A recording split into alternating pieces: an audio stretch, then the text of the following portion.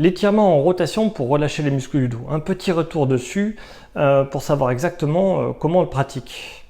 Donc ça, c'est pour débloquer le dos lorsqu'il est bloqué. C'est la première chose que moi je vais faire à mon cabinet avant même de poser une question. Quelqu'un qui a mal au dos, dans 95% des cas, ça va l'améliorer, peu importe le type de mal de dos qu'il y a. Attention, pour l'instant on n'a parlé que du lumbago commun qui se fait en flexion. Ah, je me blesse en me penchant en avant. On n'a parlé que de ça ici sur la chaîne, pas des autres. Les autres sont plus rares et prennent plus de temps à guérir, donc on en parlera juste après. Mais là, comment est-ce qu'on fait donc pour faire l'étirement en rotation de manière optimale? Donc ici, là, je suis en chevalier servant, je passe en genou redressé, à quatre pattes, je garde le dos creusé, je m'allonge, hop, je tourne ici. Et là, pour faire hop, mon étirement sans me tromper, je commence sur le dos, je lève les genoux au zénith, je laisse chuter mes jambes d'un côté, je passe cette jambe par-dessus l'autre, la jambe qui est dessus par-dessus l'autre, pour que vraiment le genou s'enroule, je m'aide avec la main, et là je vais ouvrir pour aller par là. Et là je vais tirer. Et voilà. Donc c'est très simple. Là je peux mettre une haltère, tac, pour mettre plus de poids aller plus loin. Ici l'haltère je peux la mettre à cet endroit-là. Et là je vais m'enrouler et souffler. Pour vraiment essayer d'étirer le dos. Je dois sentir l'étirement ici.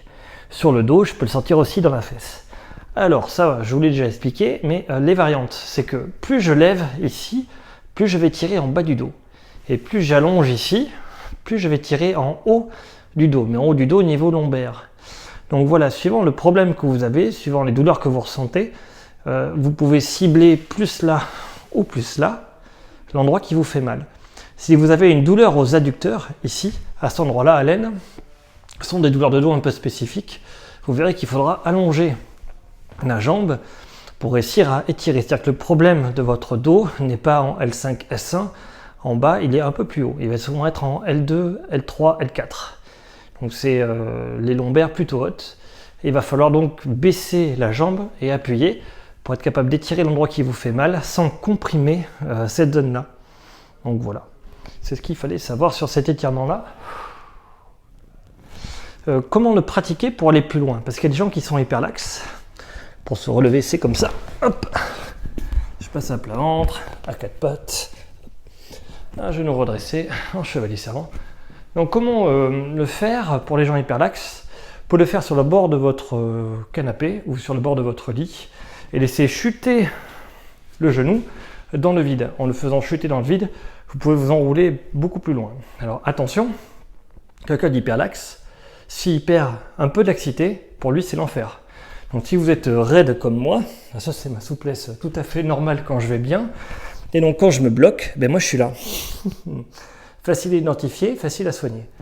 Par contre, les gens hyperlaxes, des fois ils se bloquent le dos, ils sont raides, mais en fait quand ils posent les mains par terre, quand on fait les tests, un test classique qu'on fait en kiné, c'est le test doigt-sol, la distance entre le doigt et le sol, mais ça veut rien dire, ça n'a aucun sens.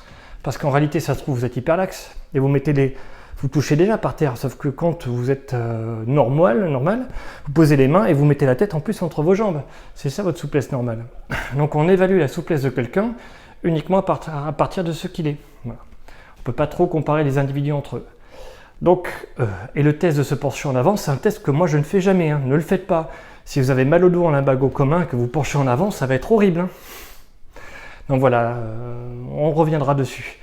Et pour l'étirement en rotation, je sais que les gens hyperlaxes vont vraiment avoir besoin de travailler en hyperlaxité. Donc même si son épaule touche le sol, son genou touche le sol, il va falloir le faire au bord du lit, au bord du canapé pour aller le plus loin possible et retrouver la souplesse qu'il a perdue. Et lorsqu'il a retrouvé sa souplesse, il a plus mal.